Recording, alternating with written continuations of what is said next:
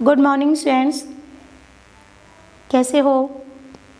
आज हम कविता पढ़ेंगे, बच्चे काम पर जा रहे हैं। राजेश जोशी की कविता है। अगर देखा जाए बच्चे काम पर जा रहे हैं, इसमें राजेश जोशी ने हमारी सरकार को और हमारे समाज को निर्देश दिया है। इस पालना के लिए कहा गया है कि 14 वर्ष से कम आयु के जो बच्चे हैं उनसे किसी कारखाने में या ऐसा काम जिसमें चोट लगने का डर है वो ना करवाया जाए। 14 वर्ष से कम उम्र के बच्चों का कारखानों में काम करना, किसी फैक्ट्री में काम करना मना है। अगर कोई कारखाना, कोई फैक्ट्री कम उम्र के बच्चों को काम पर लेती है, उनसे काम करवाती है, तो उस पर जुर्माना है। सख्त निर्देश है ये हमारी सरकार का। लेकिन सरकार के इस निर्देश के होते हुए भी हम उसकी पालना नहीं कर रहे, फिर भी बच्चे काम पर जा रहे हैं। ऐसा क्यों है? क्या बच्चों को शौक है काम करने का, या फिर हमारे समाज के अंदर ऐसी कोई त्रुटि आ गई है कि उन बच्चों से काम लिया जा रहा है? कारण क्या है इसका? इसके 2 रीजन हो सकते हैं। एक कारण तो ये हो सकता है घर की आर्थिक स्थिति इतनी कमज़ोर हो कि माँ बाप भी बच्चे से काम करवाने के लिए मजबूर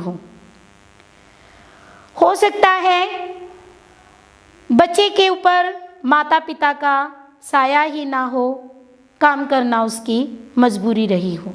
अगर ऐसी भी स्थिति आ जाती है कि बच्चे पर माँ बाप का साया नहीं है, माँ बाप की स्थिति अच्छी नहीं है, हाथ बटाने के लिए बच्चे से काम करवाया जा रहा है, तो ऐसा काम करवाया जाए जिससे कि उस पर कोई उसके को शारीरिक चोट ना पहुँचे। ऐसा काम करवाया जाए। राजेश जोशी जी ने हमारे समाज और सरकार को यही निर्देश दिया है इस कविता के माध्यम से। कविता को पढ़ने से पहले हम राजेश जोशी का एक बार जीवन परिचय देखेंगे। इनका जन्म 1946 में मध्य प्रदेश में हुआ था। कहाँ हुआ था? मध्य प्रदेश में 1946 में। इन्होंने अपनी शिक्षा पूरी करने के बाद अध्यापन का कार्य किया कुछ सालों तक, फिर पत्रिकाएं लिखी। उसके बाद ये लेख, टिप्पणी, नाटक, उपन्यास इनको लिखने में लग गई, यानी लेखन कार्य शुरू कर दिया। इन्होंने संस्कृत के कवि हैं भर्तृहरि, उनकी रचना को भी लिखा था। इनकी रचना थी भूमिका कल्पतरु, यह भी उनका अनुवाद किया। कई भारतीय भाषाओं के साथ साथ इन्होंने अंग्रेजी, रूसी और जर्मन भाषा का भी इनको अच्छा ज्ञान रहा। जर्मन भाषा के, रूसी के शब्दों का भी प्रयोग किया।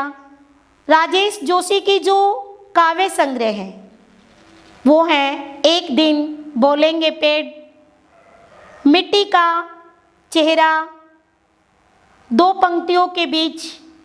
इनको माखनलाल चतुर्वेदी पुरस्कार, मध्य प्रदेश सरकार ने शासन का शिखर सम्मान और साहित्य अकादमी पुरस्कार इनको दिया था। राजेश जोशी की जो कविताएं हैं वो गहरे समाज को प्रभावित करने वाली हैं, गहरी आस्था को उभारती हैं। जो स्थानीय बोली और मिजाज है वो इन्होंने अपनाया हुआ है। इनकी इस कविता में मैंने आपको बताया था कि जो ये कविता है बच्चे काम पर जा रहे हैं, इस कविता में कवि कहना चाहते हैं कि बच्चों से उनका बचपन छीन लिया गया है। बच्चों से उनका बचपन छीनने की पीड़ा का अनुभव कराया गया है। सामाजिक आर्थिक विडंबना की ओर इशारा किया है कि जो बच्चे खेल, शिक्षा और जीवन की उमंग से वंचित हैं वो कभी नहीं उभर सकते। जिनका बचपन खो गया है, जो कभी खेले नहीं हैं, उनके बारे में कवि ने बताया है। कविता पढ़ते हैं हम। बच्चे काम पर जा रहे हैं। जैसा कि इसको पढ़कर आपको पता चल रहा है कि बच्चे काम पर जा रहे हैं। कोहरे से ढकी सड़क पर बच्चे काम पर जा रहे हैं सुबह सुबह। सर्दी के मौसम में लिखी हुई कविता है। सर्दी के मौसम में सुबह सुबह सड़क पर जब कोहरा जमा होता है, कोहरा क्या होता है? धुंध का जम जाना। धुंध जमी हुई होती है। उस धुंध के मौसम में सुबह सुबह बच्चे काम पर जा रहे हैं। हमारे समय की ऐसी भयानक पंक्ति है, यह भयानक है, इस विवरण को इस तरह लिखा जाना चाहिए इसे सवाल की तरह।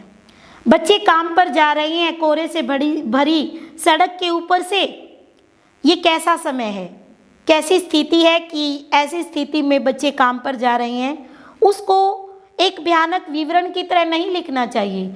उसका वर्णन हमें नहीं करना चाहिए कि बच्चे सड़क पर धुंध से भरे मौसम में काम पर जा रहे हैं। उसका ये विवरण नहीं करना, हमने व्याख्यान नहीं करना।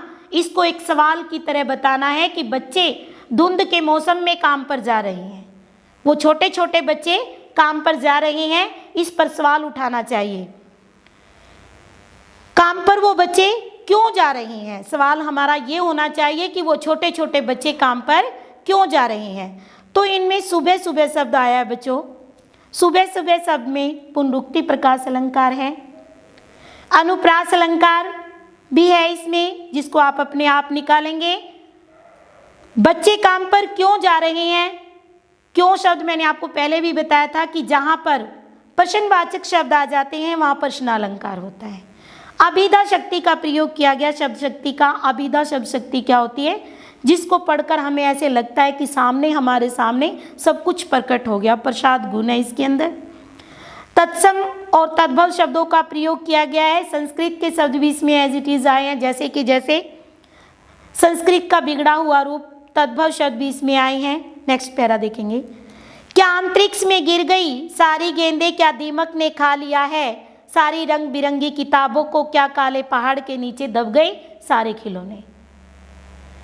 कवि कहता है कि जिस गेंद के साथ बच्चों को खेलना चाहिए, क्या वो अंतरिक्ष में चली गई है, वो आसमान में चली गई। वो सारी गेंद जिनसे बच्चे खेलते थे, वो सुबह सुबह काम पर जा रहे हैं, वो गेंद क्या अंतरिक्ष में चली गई? उन बच्चों को वो गेंद नहीं मिली जिससे खेलना चाहिए था। क्या उन सारी किताबों को जिसे वो पढ़ना चाहिए उन्हें, उन सारी किताबों को दीमक ने खा लिया, कीड़ा लग गया। दीमक क्या होती है? एक प्रकार का कीड़ा होता है जो किसी भी वस्तु को गला देती है, उसको खोखला कर देती है अंदर से। कहते कि उन किताबों को जिनको बच्चों को पढ़ना चाहिए था, उनको दीमक ने खा लिया। वो सारी रंग बिरंगी जो किताबें थी, वो सारी की सारी दीमक ने खा ली। क्या काले पहाड़ के नीचे दब गए सारे खिलौने? वो खिलौने कहाँ चले गए? क्या पहाड़ों के नीचे दब गए? काले काले पहाड़ों के नीचे जिनसे बच्चे खेलते हैं, जिनसे बच्चों को खेलना चाहिए, वो खिलौने कहाँ चले गए? उन खिलौनों का क्या होगा? कौन खेलेगा उनसे? ऐसा कवि का प्रश्न चिन्ह है। क्या किसी भूकंप में ढह गए सारे मदरसों की इमारतें? क्या भूकंप आ गया था सारे मदरसे क्या होता है? उर्दू का शब्द है ये। मदरसे होता है स्कूल, विद्यालय को बोलते हैं, पाठशाला को। कहते हैं वो सारे मदरसे भूकंप में, उस मदरसों की इमारतें ढह गई थी जिनमें बच्चे बैठकर पढ़ते हैं, स्कूल जाते हैं। वो इमारतें सारी ढह गई जो बच्चे काम पर निकल गए। उनका क्या होगा? उन खिलौनों का, उन गेंदों का, उन किताबों का, उन स्कूलों का क्या होगा जो बच्चों के लिए है? उस जगह को छोड़कर बच्चे काम पर जा रहे हैं। हमारी सरकार के ऊपर, हमारे समाज के ऊपर राजेश जोशी ने प्रश्न चिन्ह लगा दिया है। क्या सारे मैदान, सारे बगीचे, घरों के आंगन खत्म हो गए एकाएक? क्या खेल के मैदान खत्म हो गए जहां बच्चे खेलने के लिए जाते हैं? वो बगीचे जहां बच्चे आराम करते हैं, वो आंगन जिसमें ठुमकते फिरते हैं वो छोटे छोटे बच्चे खेलते फिरते हैं, जो वो आज काम पर जा रहे हैं, एकाएक एकदम से वो सब कुछ खत्म हो गया। जो बच्चों को काम पर निकाल दिया गया, सुबह सुबह बच्चे काम पर निकल जाते हैं, क्या वो सब कुछ खत्म हो गया जो उन बच्चों के लिए था? इसमें क्या शब्द आया है? वही प्रश्नवाचक अलंकार है, अनुप्रास अलंकार है। सारे रंग बिरंगी किताबें, रंग बिरंगी क्या विशेषण शब्दों का प्रयोग किया गया है इसमें। अभिधा शक्ति है। नेक्स्ट पैरा देखेंगे। तो फिर बचा ही क्या है इस दुनिया में, कितना भयानक होता अगर ऐसा होता, भयानक है लेकिन इससे भी ज़्यादा यह है कि सारी चीज़ें हस्ब मालूम हो गई। कहते हैं कि फिर क्या बचा है इस दुनिया के अंदर, ना खिलौने हैं, ना किताबें हैं, ना स्कूल है, ना ही मैदान है, ना बगीचे हैं, तो फिर इस दुनिया के अंदर क्या है, क्या रह गया है इस दुनिया में। कितना भयानक होता अगर ऐसा होता, भयानक है लेकिन उससे भी ज़्यादा कि सारी चीज़ें हस्ब मालूम हो गई।